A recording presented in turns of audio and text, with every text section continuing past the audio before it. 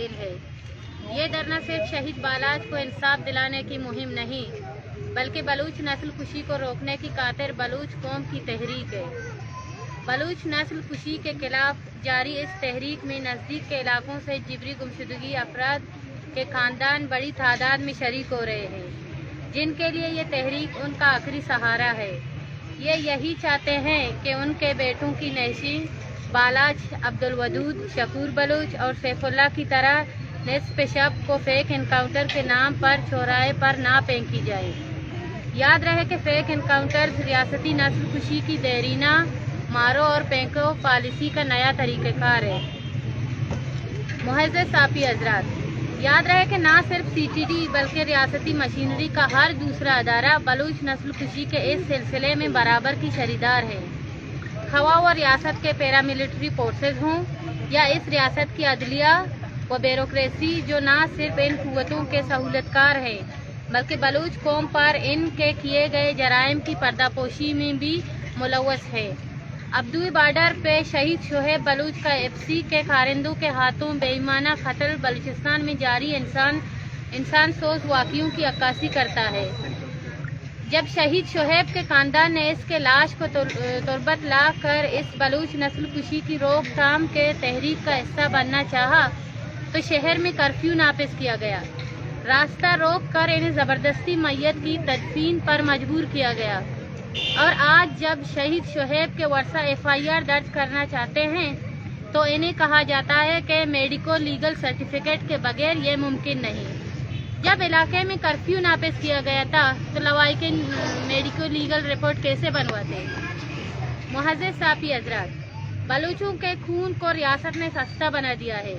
जहां रियासत कत्ल करके फेंकने के बाद बलूचों को दफनाने का कहकर खामोश रहने की धमकी देता है, जहां रियासत के कारिंदे लोगों का कत्ल कर रहे हैं, बेगुनाह और मासूम अफराद को जिबरी गुमशुदगी का निशाना बना रहे हैं, वही रियासत के कारिंदों के खिलाफ एक रिपोर्ट तक दर्ज नहीं होती।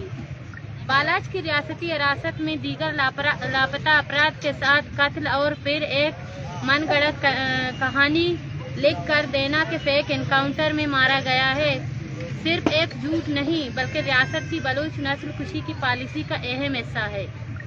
रियासत फैसला कर चुका है कि बलूचिस्तान में इनकी नाम निहाद सरमायादारी नुमा लूट मार को बचाने का वाहिद रास्ता बलूचों को सिफाई हस्ती से मिटाना है, जिसके लिए वो मुख्तलिफ हथकंडे और हरबे इस्तेमाल करके बलूच अवाम के खिलाफ ताकत का इस्तेमाल जारी रखे हुए हैं। रियासत के वो अदारे जो इंसाफ देने की बात करते हैं वही बलूच नस्ल कुशी और फेक एनकाउंटर जैसे अमल को जारी रखे हुए हैं, जिसका साफ मतलब यही है कि ये सब कुछ रियासत के इमा पर जारी है। तो फिर हम इस रियासत को अपना कैसे समझे? रियासत समझ रही थी कि बालाज की तदफीन के साथ ये धरना इख्तिताम पजीर होगा, लेकिन बलूच कौम ने बालाज की शहादत से उठने वाले तहरीक को मुनज़्ज़म बनाने का फैसला कर लिया है। इसलिए यह तहरीक अब बलूचिस्तान में जारी रियासती कत्ल व गारत और नस्ल कुशी के खात्मे के साथ ही खत्म होगा।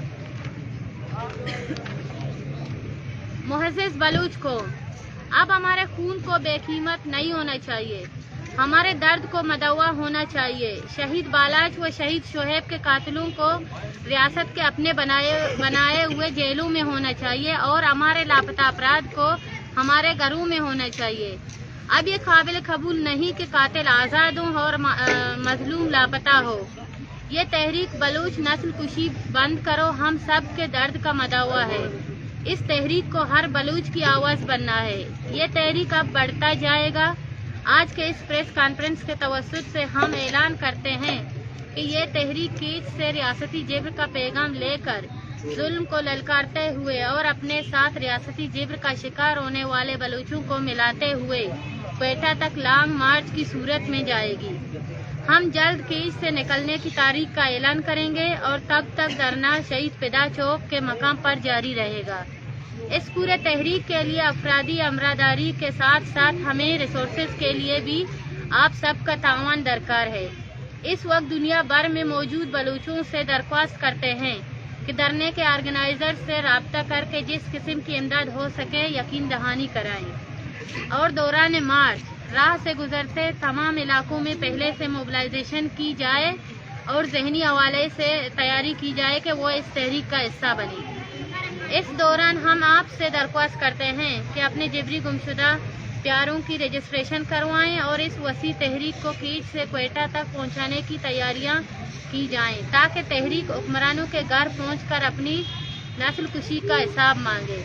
معزز صافی حضرات، جیسا کہ ہم اوپر اپنا آئندہ لائحہ عمل بتا چکے ہیں اور چند دنوں میں یہ تحریک مارچ کی شکل میں بلوچستان کے مختلف شہروں سے گزرتے ہوئے کوئٹہ تک جائے گی۔ ہم جلد یہاں سے نکلنے کی تاریخ اور ریسٹنگ اسٹیشنز کا اعلان کریں گے۔ آپ سب کے بھرپور تعاون کا شکریہ۔